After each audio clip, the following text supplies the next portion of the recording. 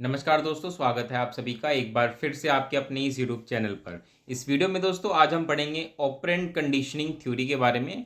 ये BF Skinner द्वारा दी गई एक इम्पॉर्टेंट थ्योरी है। वैसे तो बीएफ स्किनर की और भी थ्योरीज हैं जो कि लर्निंग से रिलेटेड है, लेकिन उसमें सबसे इम्पॉर्टेंट थ्योरी की जो बात करते हैं वो है कंडीशनिंग। इससे पहले भी हम कंडीशनिंग पढ़ चुके हैं, जिसमें कि हमने इवान पेवलोव के बारे में पढ़ा था, जिसमें उन्होंने बताया था कि क्लासिकल कंडीशनिंग कैसे होती है। लेकिन ये एक ऑपरेंट कंडीशनिंग की बात करते हैं। मतलब कहने का मतलब ये है कि कंडीशनिंग ही है। कंडीशनिंग इन द सेंस कि आपका व्यवहार जब किसी स्टिमुलस से बंध जाता है, मतलब जुड़ जाता है, लिंक हो जाता है, उसको कंडीशनिंग कहते हैं। फर्क इतना है कि पेवलोव जो इवान पेवलोव है वो ये कहते हैं कि जो आपका बिहेवियर है वो किसी आर्टिफिशियल या न्यूट्रल स्टिमुलस से लिंक होता है। लेकिन यहाँ पर पे बीएफ स्किनर ये कहते हैं कि ऐसा कुछ नहीं है। वो कहते हैं कि कंडीशनिंग के लिए सबसे इंपॉर्टेंट होता है रेनफोर्समेंट। डिटेल में पढ़ेंगे, समझने की कोशिश करेंगे। चलिए वीडियो की शुरुआत करते हैं। सबसे पहले थोड़ा सा जान लेते हैं बीएफ स्किनर के बारे में, जो कि एक अमेरिकन साइकोलॉजिस्ट थे। और ये मेनली किस स्कूल ऑफ साइकोलॉजी से बिलोंग करते हैं, तो ये बिलोंग करते हैं बिहेवियरिस्ट। बिहेवियरिस्ट मतलब जो ऐसे फील्ड ऑफ साइकोलॉजी है या ब्रांच ऑफ साइकोलॉजी है जो कि ह्यूमन बिहेवियर को इंपॉर्टेंस देती है for this study of psychology. अगर हमें साइकोलॉजी पढ़ना है तो हमें बिहेवियर पर ज़्यादा फोकस करना होता है, ये बिहेवियरिस्ट कहते हैं। इसके अलावा एक सोशल फिलोसोफर भी रहे हैं। ये साइकोलॉजी एंड रेडिकल बिहेवियरिज्म पे इन्होंने काफ़ी वर्क किया है। और ये फेमस किस लिए हुए? ऑपरेंट कंडीशनिंग थ्योरी के लिए ये जाने जाते हैं। इसके अलावा जो हम आज पढ़ रहे हैं ऑपरेंट कंडीशनिंग थ्योरी, इसको शुरू करने से पहले मैं कुछ बेसिक चीज़ आपको पहले ही बता देता हूँ। सबसे पहली चीज़ ध्यान रखिएगा कि ऑपरेंट कंडीशनिंग थ्योरी को इंस्ट्रूमेंटल कंडीशनिंग भी कहा जाता है या टाइप आर कंडीशनिंग कहा जाता है। हमने पढ़ा था कि जो पेवलोव की जो क्लासिकल कंडीशनिंग थ्योरी है उसको टाइप एस कहा जाता है, लेकिन ऑपरेंट कंडीशनिंग को टाइप आर कहा जाता है। तो एग्जाम में कई बार टाइप एस टाइप आर ये वर्ड यूज होते हैं ना, तो वहां पे आप सोचेंगे कि भाई क्या नई चीज आ गई, लेकिन ये कुछ नया नहीं है, इन्हीं के नाम है।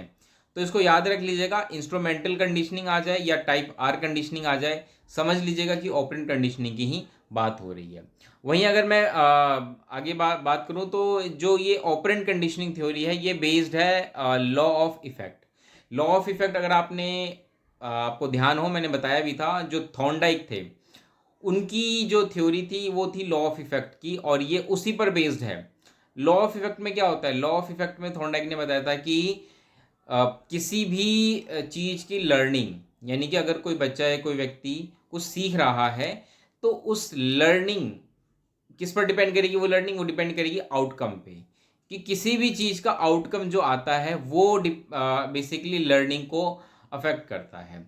इसको एग्जांपल समझने की कोशिश करिए कि एक प्राइवेट कंपनी में काम करने वाले एम्प्लॉयज़ को अगर कुछ इंसेंटिव दिया जाता है एक्स्ट्रा वर्क के लिए, तो वहाँ पे क्या है कि वो मतलब और काम करने की कोशिश करेगा। लेकिन अगर काफ़ी काम करने पर भी उसको कुछ एक्स्ट्रा बेनिफिट नहीं दिया जाता, कोई इंक्रीमेंट या कुछ इंसेंटिव नहीं दिया जाता, तो ऐसे में क्या होता है कि वो और वर्क करने के लिए मोटिवेट नहीं होता है। तो लॉ ऑफ इफेक्ट यही कहता है कि किसी भी चीज़ का रिजल्ट कैसा रहता है। अगर किसी भी चीज़ का रिजल्ट पॉजिटिव आ रहा है तो वहाँ पे लर्निंग स्ट्रांग होती है, अगर रिजल्ट नेगेटिव आ रहा है तो लर्निंग वहाँ पे कम होती है।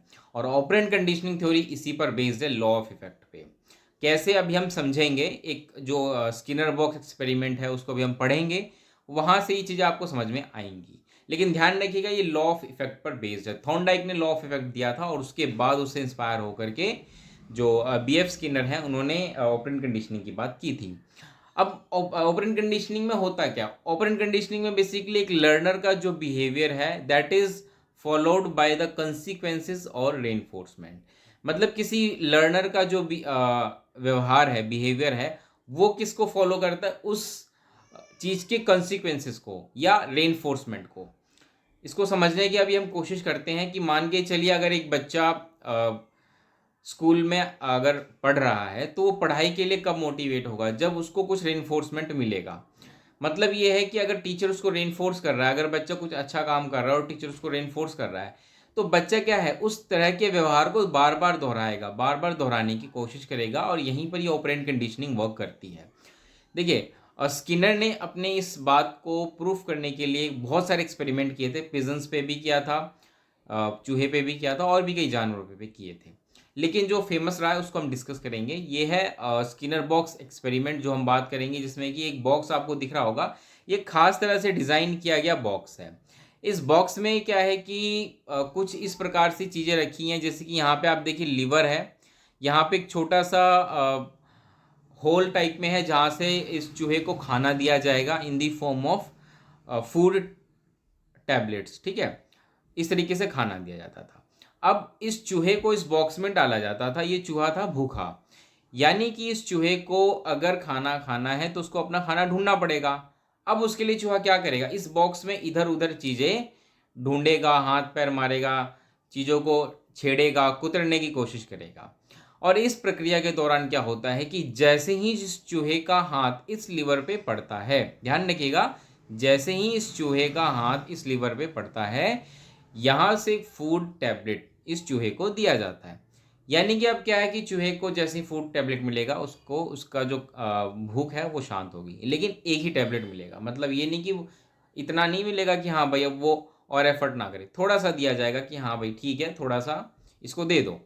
अब चूहा क्या करेगा, उसको और भूख लगी है तो वो फिर से इधर उधर चीज़ें हाथ पैर मारेगा और इसी प्रक्रिया को बार बार दोहराएगा, और ऐसे करते करते फिर से उसका हाथ इस लीवर पे आएगा और हर बार उसको खाना दिया जाएगा। लेकिन जितनी बार ये प्रक्रिया दोहराई जाती है, हर बार हमें ये देखने को मिलता है कि भाई चूहे द्वारा किया गया जो एफर्ट है वो हर बार कम होता जा रहा है। यानी कि चूहा जो है एक खास तरीके का व्यवहार धीरे धीरे धीरे धीरे सीख रहा है। वो ये है कि उसको कैसे लीवर को दबाना है। अब यहाँ पे दो तीन चीज़ समझ लीजिए कि बच्चा जो ये चूहा है ये क्या है, भूखा है, ठीक है। और चूहे को हम क्या सिखाना चाह रहे हैं, चूहे को हम एक तरह की लर्निंग सिखाना चाह रहे हैं कि भाई लीवर दबाओ और तब तुम्हें खाना मिलेगा। चूहे को हमें ये सिखाना है। और जैसे ही चूहा पहले तो खुद से एफर्ट करेगा, ठीक है, यहाँ पे चूहे को एक्टिव रहना पड़ेगा। अगर चूहा बिल्कुल भी कोशिश ना करे, एक कोने में पड़ा रहे, जब तक वो कोने में पड़ा है उसको खाना तो मिल ही नहीं सकता। यानी कि पहले इस चूहे को एफर्ट थोड़ा बहुत तो करना पड़ेगा। जैसे ही वो कुछ एफर्ट करेगा और उस प्रक्रिया के दौरान अगर वो सक्सेस होता है तो उसको रेनफोर्समेंट के रूप में वो फूड टैबलेट दिया जाता है। और जैसे ही उसको वो फूड टैबलेट दिया जाता है, चूहा और मोटिवेट होता है कि मैं दोबारा से इस चीज़ को दोहराऊं। यानी कि रेनफोर्समेंट मिलने से क्या होता है कि इस चूहे में जो हम व्यवहार विकसित करना चाहते हैं वो धीरे धीरे हम डेवलप कर पा रहे हैं। यही ऑपरेंट कंडीशनिंग है, जिसमें कि चूहे का जब व्यवहार वो देखता है कि भाई मैं जब लीवर दबा रहा हूँ तो एक पॉजिटिव रिजल्ट निकल के आ रहा है। ये एक लॉ ऑफ इफेक्ट है। देखिए जो थॉर्नडाइक ने कहा था, लीवर को दबाने पे चूहे को दिख रहा है कि भाई मुझे खाना मिल रहा है, यानी कि पॉजिटिव रिजल्ट हो रहा है। तो लॉ ऑफ इफेक्ट भी यहाँ पे दिख रहा है। और क्योंकि चूहा जब इस प्रक्रिया को बार बार दोहरा रहा है तो वो ये इस प्रकार का व्यवहार सीख पा रहा है कि अब मुझे सीधा लीवर दबाना है। तो कहने का मतलब ये है कि यहाँ पे कंडीशनिंग धीरे धीरे होती है रेनफोर्समेंट की वजह से। रेनफोर्समेंट फूड के रूप में, जब फूड बार बार मिलता रहेगा हर एक प्रयास पे, तो उस चूहे की जो लर्निंग है वो कंडीशन हो जाएगी उस चीज़ से। यानी कि हम जो चूहे को सिखाना चाहते हैं वो सिखा पाएंगे। ये था स्किनर बॉक्स एक्सपेरिमेंट, बहुत ही अच्छा एक्सपेरिमेंट था। और इसको इन्होंने कहा था कि बच्चे भी इस तरीके से चीज़ें सीखते हैं। अपने आसपास बहुत सारी चीज़ें वो इसी प्रकार से सीखते हैं कि भाई टीचर जब क्लासरूम में पढ़ा रहे हैं तो बच्चे को बीच बीच में रेनफोर्समेंट दिया जा रहा है या नहीं दिया जा रहा। अगर बच्चा कुछ अच्छा काम कर रहा है, होमवर्क कंप्लीट करके ला रहा है, तो भाई टीचर को कुछ तो रेनफोर्समेंट देना चाहिए ना। अब मान के चलिए एक बच्चा काम नहीं कर रहा, उसको भी आप कुछ नहीं कह रहे, और एक बच्चा काम करके आ रहा, उसको भी आप कुछ नहीं कह रहे, तो ये गलत है। अगर कोई बच्चा काम करके आ रहा है, अपना काम अच्छे से करता है, कंप्लीट करता है, जो आप सिखाते हैं सीखता है, तो वहाँ पे आपको रेनफोर्समेंट देना चाहिए ताकि बच्चा दोबारा से उस व्यवहार को दोहराए और धीरे धीरे वो कंडीशनड हो जाए। यानी कि अब वो स्वतः अपने आप ही उस तरीके का व्यवहार दिखाना शुरू करे। तो ये था operant conditioning theory. I hope आप समझ पाए होंगे। एक इंपॉर्टेंट चीज़ जो यहाँ पे हमें समझने की जरूरत है वो है schedule of reinforcement. Schedule of reinforcement का मतलब ये है कि देखिए रेनफोर्समेंट तो हम समझ गए, रेनफोर्समेंट एक तरीके का मोटिवेशन, कि अगर हम कुछ अच्छा कर रहे हैं तो उसके बदले हमें जो चीज़ दी जा रही है हमारे अच्छे कार्य के लिए, वो रेनफोर्समेंट होती है। अब रेनफोर्समेंट कब देना है, कितना देना है, इसको हम शेड्यूल ऑफ रेनफोर्समेंट कहते हैं। और इस पर भी BF स्किनर ने काफ़ी बात की थी। उन्होंने दो तरीके के शेड्यूल ऑफ रेनफोर्समेंट बताए थे। पहला था एक कंटिन्यूअस और दूसरा पार्शियल।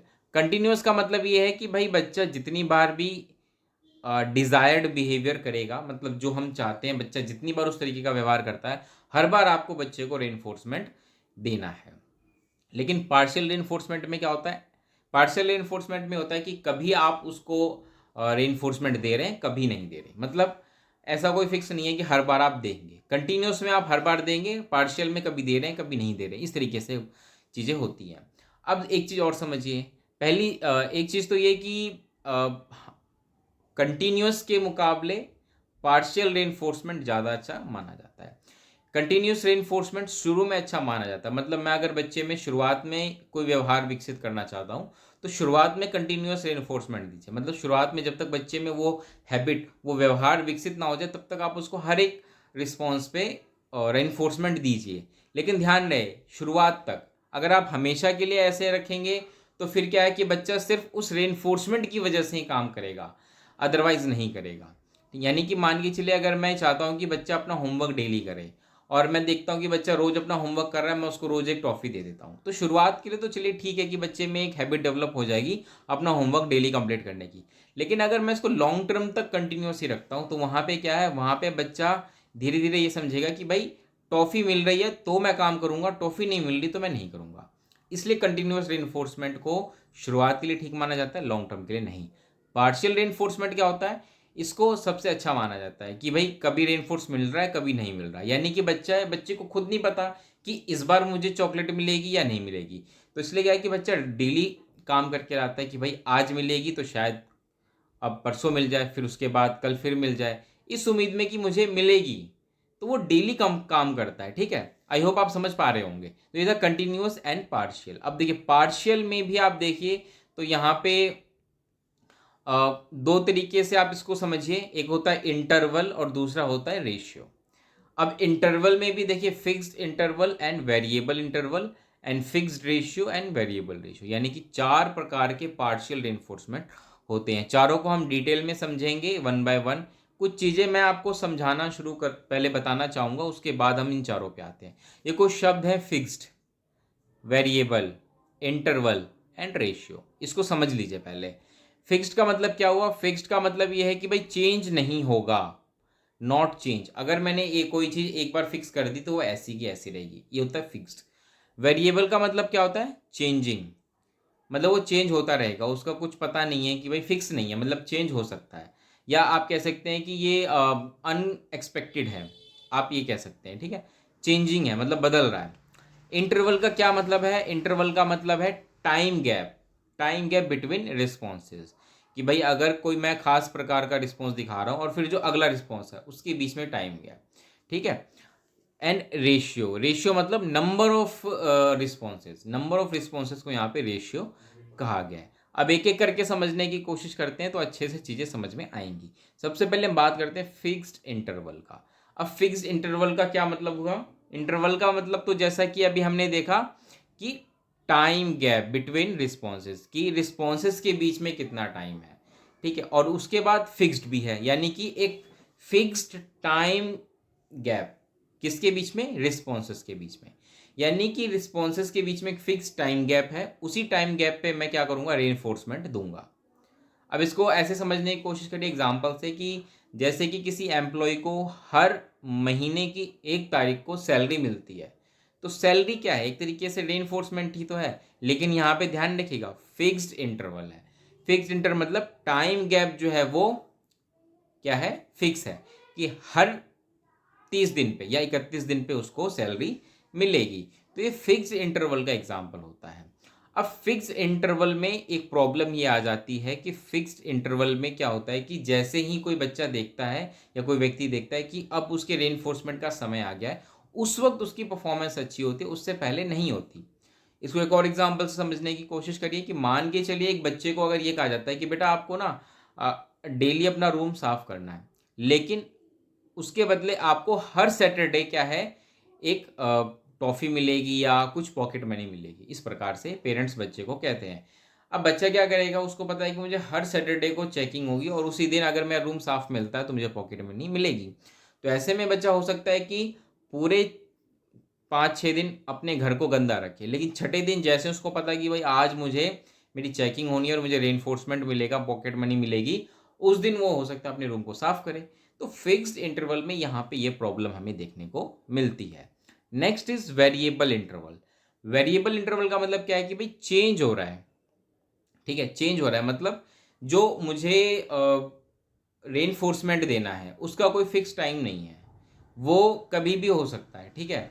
मतलब जैसे कि सैलरीज वाला तो फिक्स था कि हर 30 दिन पे आएगी, लेकिन यहाँ पे क्या है, फिक्स नहीं है। इसको एग्जांपल से समझने की कोशिश करिए कि मान के चलिए अगर मैं बच्चे से ये कह दूं कि बेटा आपका ना टेस्ट होने वाला है अगले महीने, और अगले महीने अचानक से टेस्ट होगा, मैं आपको डेट पहले से नहीं बताऊंगा। यानी कि अब क्या है, बच्चा ये सोचेगा कि यार मेरा टेस्ट होने वाला है अगले महीने, लेकिन उसको डेट नहीं पता, कभी भी टेस्ट हो सकता है। तो ये वेरिएबल इंटरवल का एग्जाम है कि मतलब कोई टाइम फिक्स नहीं है। अब क्या करेगा बच्चा, इस केस में बच्चा अपने आप को डेली प्रिपेयर रखेगा कि भाई मेरा आज भी टेस्ट हो सकता है, कल भी टेस्ट हो, कभी भी टेस्ट हो सकता है। इसको दूसरे एग्जाम्पल समझने की कोशिश करिए कि मान के चलिए अगर जैसे आप स्कूलों में अक्सर इंस्पेक्शंस होते रहते हैं, तो ऑफिसर्स आते हैं इंस्पेक्शन करने। अब ऑफिसर्स क्या है, कोई बता के थोड़ी आते हैं, कभी भी आ सकते हैं, अचानक से आ सकते हैं। उनके बीच का टाइम क्या फिक्स थोड़ी कि भाई हर सोमवार को ही आएंगे या हर महीने की 1 तारीख को ही आएंगे, भाई वो कभी भी आ सकते हैं। तो वेरिएबल इंटरवल में यहाँ पे क्या होगा कि वो कभी भी आ जाएंगे। तो ऐसे में जो स्कूल है वो प्रिपेयर रखेगा खुद को कि कभी भी अगर मेरा इंस्पेक्शन होता है तो मैं तैयार रहूँ। तो ये एक एग्जाम्पल हो जाता है वेरिएबल इंटरवल्स का। आई होप आप समझ पाए होंगे। Next is fixed ratio. अब फिक्स्ड रेशियो का मतलब क्या है कि नंबर ऑफ रिस्पॉन्सेज यहाँ पे फिक्स हैं। अब नंबर ऑफ रिस्पॉन्सेज फिक्स होने का मतलब ये है कि भाई मैंने ये चीज़ पहले से फिक्स कर दी कि भाई इतने रिस्पॉन्सेज पर ही मैं रेनफोर्समेंट दूंगा, उससे पहले नहीं दूंगा, है ना। इसको एग्जाम्पल समझने की कोशिश करिए कि जैसे कि मान के चलिए सेल्समैन जो होते हैं उनको डेली का टारगेट दिया जाता है कि भाई आप इतने प्रोडक्ट बेचो तो आपको कुछ कमीशन मिलेगा या कुछ इंसेंटिव मिलेगा। तो फिक्स रेशियो का एग्जांपल है कि भाई उनको इतनी चीज़ें बेचनी ही हैं तब जाके उनको कुछ इंसेंटिव या कुछ मिलेगा। तो फिक्स रेशियो का एग्जांपल है। Next is variable ratio. Variable ratio का मतलब क्या है कि फिक्स नहीं है, नंबर ऑफ रिस्पॉन्स फिक्स नहीं है, कभी भी कुछ भी हो सकता है। अब ये कहाँ इस्तेमाल होता है, ये जनरली इस्तेमाल होता है गैम्बलिंग वगैरह में, जहाँ पे लोग जुआ खेलते हैं, ठीक है, या जहाँ पे लॉटरी वगैरह होती है, वहाँ पे वेरिएबल रेशियो देखने को मिलता है। वहाँ पे आप देखिए, वहाँ पे क्या होता है कि अगर मान के चले कि कोई जुए में पैसे लगा रहा है, 1 बार लगा रहा है, 2 बार लगा रहा है, 3 बार लगा रहा है, अब कितनी बार वो पैसे लगाए या जीते इसका कोई फिक्स थोड़ी है। हो सकता है वो पहली बार पैसे लगाए, पहली बार में जीत जाए, या हो सकता है वो 10 बार लगा चुका है लेकिन 1 बार भी नहीं जीत रहा, 11वीं बार जीत रहे, 100वीं बार जीते। तो कोई फिक्स नहीं है। तो वेरिएबल रेशियो जनरली हमें कहाँ देखने को मिलता है, गैम्बलिंग वगैरह में, जहाँ पे लॉटरीज वगैरह होती हैं, वहाँ पे हमें देखने को मिलता है वेरिएबल रेशियो। तो आई होप आप समझ पाए होंगे शेड्यूल ऑफ रेनफोर्समेंट। इसको अच्छे से समझ लीजिए। एग्जाम में जब क्वेश्चन आता है तो सबसे ज़्यादा कन्फ्यूजिंग यही होते हैं, थोड़े से ट्रिकी हैं, लेकिन हाँ आप एग्जाम्पल अपने दिमाग में हमेशा बना के रखिए ताकि आपको कभी भी कन्फ्यूजन हो तो एग्जाम्पल आपकी मदद करता है चीज़ों को समझने में। तो दोस्तों इस वीडियो में इतना ही रखते हैं। उम्मीद करता हूँ वीडियो आपको पसंद आई होगी, कैसी लगी हो ज़रूर बताइएगा। इस वीडियो में इतना ही रखते हैं, तब तक के लिए नमस्कार, धन्यवाद।